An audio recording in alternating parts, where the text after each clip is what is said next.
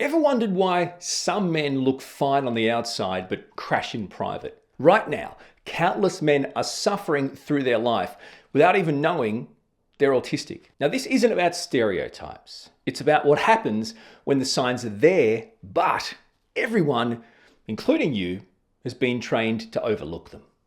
Let's go. Welcome, my stars of Orion. Thank you so much for watching. I'm Orion Kelly, that autistic guy. I'm all about providing validation and support for autistic people and their loved ones. Now let's explore undiagnosed autism in high-masking men. The ones who've gone undiagnosed for years, sometimes decades, just like me. On the outside, fine. On the inside, running on fumes. But here's the truth. Not every autistic man fits the Rain Man stereotype. Many men, especially those late in life, have spent years building a mask that hides their autistic traits. Let's break down the core barriers to diagnosis for men. Number one, the he'll be fine problem, or the he'll be right, mate. While the diagnostic model was built on boys' traits, many autistic boys who don't fit the obvious profile slip through the cracks, just like me, and grow into undiagnosed autistic men. So if you did okay in school, if you have held down a job, or you can make a joke, or people assume you're fine because you have a friend or a partner, nobody looked any deeper. So a boy who melts down at home after school is seen as just a boy being tired, a boy being difficult, not as potentially autistic. Number two, another core barrier is being a high-masking man. See, masking isn't just about being social for men. It can look like building a social armory. Men are often told to toughen up, man up, or just get on with it. So instead of showing discomfort, they hide it. They joke about it. They bury themselves in work or hobbies to avoid it. An example, at work you might join the after-work drinks, right? Even though the noise, the small talk, the bright lights, everything's triggering you, making your skin crawl. You keep a smile on, but spend the entire weekend in complete silence. Another core barrier for high-masking autistic men is gendered expectations. Society expects men to be confident, assertive, socially capable. Now, if you're quiet, reserved, or awkward, you're just an introvert. It's brushed off. That's just his personality, instead of being explored as a potential autistic trait. An example, a man who avoids networking events is labeled antisocial. But no one actually considers he might be avoiding sensory overwhelm and exhausting social scripts. And can I just share a personal insight from me? Networking events have never been something I can understand. I get the premise, but I've never been able to know when to do it or how to do it. And when they're done in a way that's so triggering for me. It's such a big grouped social situation. I find it almost impossible to do what people are saying. Like, oh, well, just network, mate, meet people, like you just be a good networker. To me, it's like I'm an elephant and they're saying, just climb the tree, mate. Be a good climber. It doesn't make any, what do you mean network? Be a good networker. I get sweaty just thinking about it. And it's not because I don't want to find people. Presumably you're finding people who will help you in life. I want people to help me in life. But when the only people you get in life are people who reject you and do everything but help you, it's hard to know when to talk to people and if they want to help you or not. Okay, barrier number 4, co-occurring conditions. Many autistic men are diagnosed with other things first. Anxiety, depression, ADHD, OCD, without anyone ever considering autism as a root cause. Now, these conditions overshadow autistic traits and send you down years of treatment that never actually works or fits. So, example, a man who struggles with organization and focus might be diagnosed with ADHD, but the sensory sensitivities, social burnout, and need for routine never get addressed. But how about this barrier? The functional enough trap. If you can hold down a job, if you can pay some bills, keep up appearances, people think you're fine. You're just like us. The reality, though, is many undiagnosed autistic men are barely holding it together, constantly masking, living in a cycle of burnout and recovery. I mean, hanging on for dear life to life. Let's go through some signs of high masking autism in men. Start off with social communication and interaction. So a difficulty starting or maintaining conversations unless it's about a core special interest. Talking at people instead of with them when you're passionate about a particular topic. Using humor or sarcasm as a shield to mask social discomfort.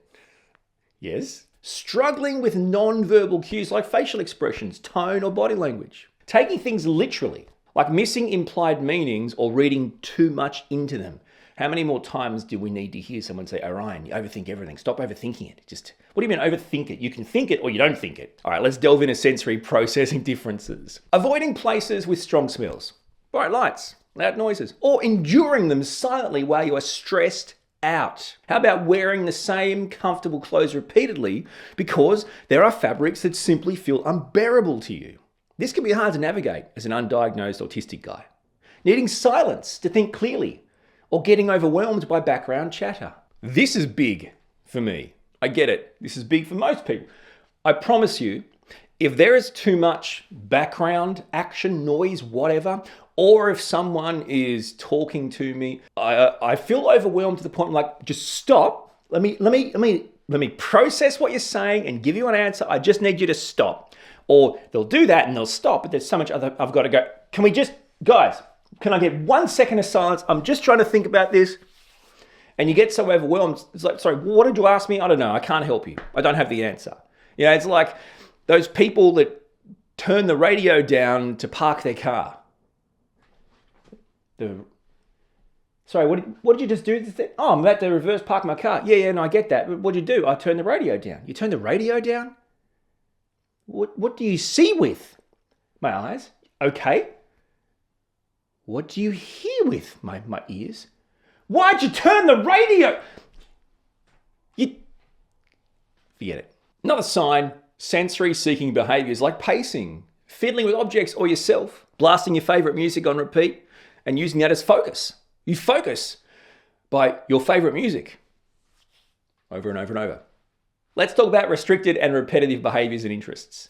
A deep, often lifelong special interest or interests. This has always been something for me like the stars, the universe. And although you do have special interests that come and go in life, there are some that are lifelong and they tend to take up most of your time. Another sign, rigid routines. So sticking to the same meal, the same route to get somewhere, the same schedule daily. This seemingly, without even realizing, an automatic need to stay in a routine, in a structured lifestyle. A resistance to sudden changes. So even minor disruptions can cause stress. Another sign. Difficulty with executive functioning, procrastination, poor time estimation. Are you bad with time stuff? Trouble prioritizing tasks. Big issue for me. If I want to do a specific task that's important to me, someone will say, yeah, but you've really got to get this done first. It's like, but that's not my priority. It's like, yes, but this is the priority. This needs to be done. No, but yeah. Explain that to an autistic person. Grab a pen, bit of paper, or your amazing memory, because I've got a lightning self-check quiz just for you. This is not diagnostic. It's simply a list of reflection prompts. That came out in a way that I don't think came out the way I wanted it to come out, but I'm just going to go with it like it did come out in the way I wanted it to come out, and you haven't even realized. And if you do, get stuffed. All right, so here we go. Count how many land for you, say from the last 6 months. How many resonate with you in the last 6 months? And write them down. You rehearse social lines before calls or events. You need recovery time after performing fine in public. Background noise derails your thinking. You keep one uniform because fabrics and sensations bug you, and you need that one particular outfit. Sudden plan changes spike anxiety or anger. You deep dive into your interests and lose hours happily. You miss implied meanings but spot patterns and details really fast. You're told you're blunt when you think you're actually being clear. You avoid optional social things to protect your energy. You've had labels like anxiety, ADHD, but it never fits or never fully fits. You mirror jokes, tone, and expressions to fit in, so you camouflage. You script conversations and then you replay them hours after. After a good social day, you get like a 1 to 2 day crash. Naming feelings is hard for you in the moment. They show up as irritability or shutdown. Sudden touch or loud sounds make your whole body jolt. Same seat, same route, same mug, you're calm. You have rules on what you eat, from food textures, food smells, food tastes. Are you like me? Do you have a rule for the temperature of your coffee? Oh, if you heat it too much, Orion, we'll burn the milk. Burn the milk. I want it burnt. G'day, how you going, mate? Can I please get an almond latte? Burnt. Do you have an escape plan for all events? Like you have an aisle seat, you take your own car, some sort of like exit sign or cue. Your hyperfocus eats hours of your time.